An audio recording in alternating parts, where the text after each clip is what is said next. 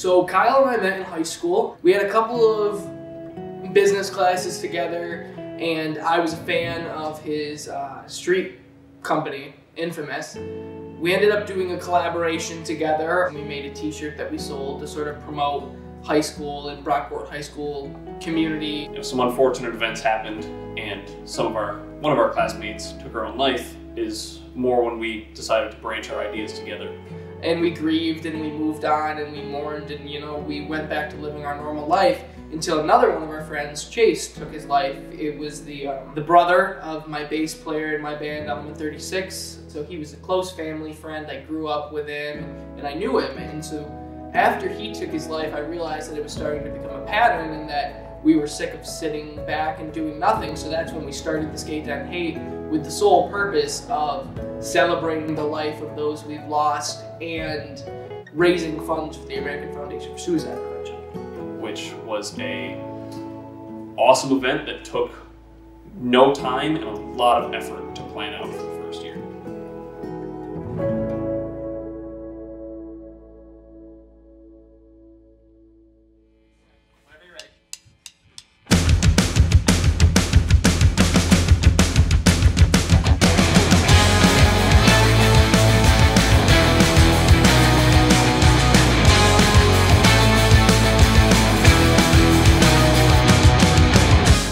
Primarily, the event just started off as a really small idea for us to go hang out at the local skate park, play some music for some people, and pretty much raise a GoFundMe. It branched off into such a large event because of the mass impact that the community had in supporting it.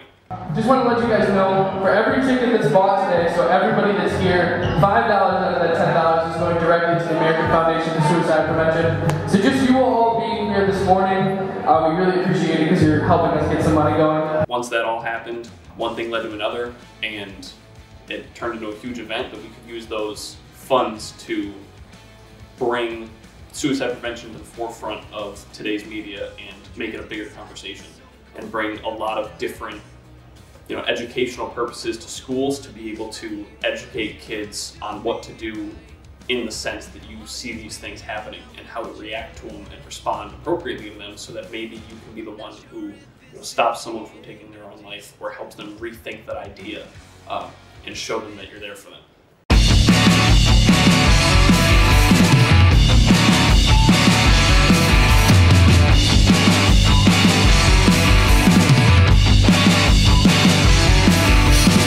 So Kyle really runs the skate section of the Skate and Hate, and I run the music aspect, and then together we sort of take care of the business and the organization part of it. Nate, having such a large background in music all through high school, definitely helped bring a lot of the music influence into the event because of the fact that he had so many different ties with all these different bands and producers and everything from Western New York and all over the state. I played in a band called Element 36 all throughout high school, and now I play in a band called Letters from New York. And Kyle's always been really big in the skate scene. He was a skateboarder growing up, and then he started Infamous Street Co. and sort of joined the business aspect of skating. But they still kind of tie together, where we could put our heads together and get all the connections that we had and bring them all to a common interest that I think is broad enough that it doesn't fit into one genre of music or one street sport. It was very easy to bring all of these people because it's something that everyone can relate to. We did really good for funds this year. We raised $2,600, which is $1,000 more than we did in 2019.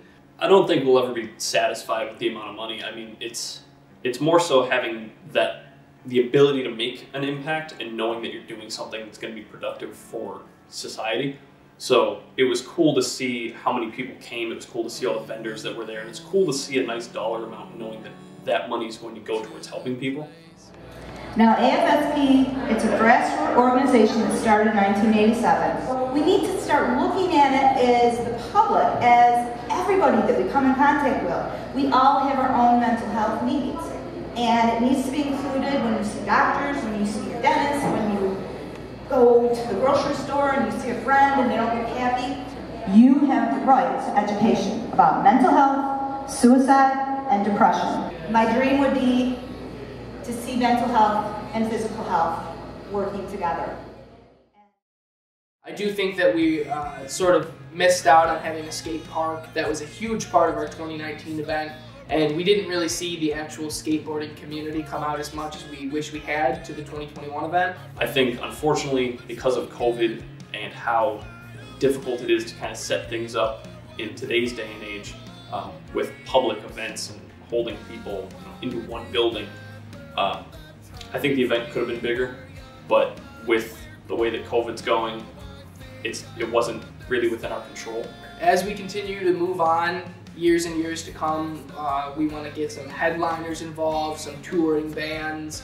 We want to really hone in and work with the skate community to find a skate park that can become our permanent home. We've still got a long ways to go. It's definitely not set in stone exactly what we're doing yet, but it's gonna happen. Without a doubt, there's gonna be a third one. The goal is eventually to become sort of like the hole that Warped Tour has left. The alternative, the punk, the rock bands with the skaters, people that sort of feel like misfits in general, coming together to have a great day of music and vendors and skating and all of that to raise money and awareness for mental health. That's the goal, that's the dream. And as much as we're just here in central New York, in western New York, we can definitely make an impact all over the country, which can lead into bigger places. Honestly, we couldn't do a single thing that we did without the vendors and the bands and the venue and everyone that helped take part in what we did. So our sponsors, we were so happy to have them on board for everything. Montage Music Hall for letting us take over their entire venue for an entire day, for their staff for showing up early, for closing up late. It was super grateful for them, and really for everybody that showed up. It's easy for us to put on an event, but it's hard to put on a successful event without people. So we're super grateful for everybody that showed up. There's something good in this world, and it's worth fighting for.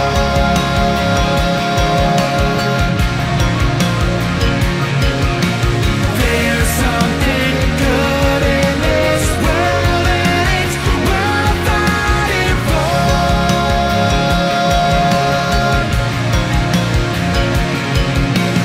There's something good in this world.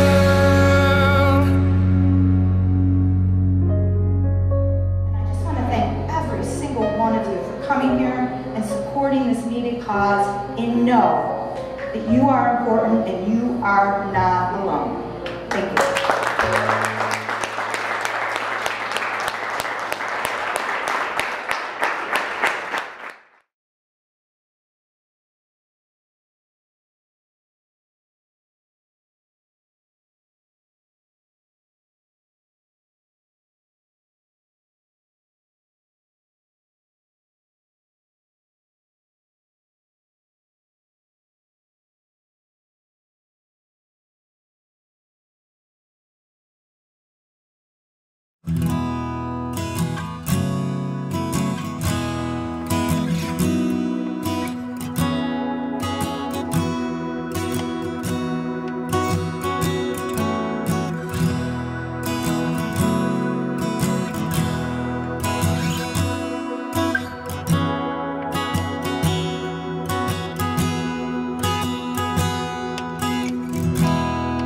It's getting kinda late, and I don't feel great, but I just can't wait to see your pretty face.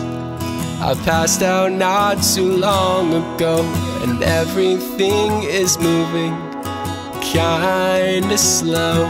But there's one thing I know, which way to go, to be on the steps of your front door. And right about now, I don't know how, but you might be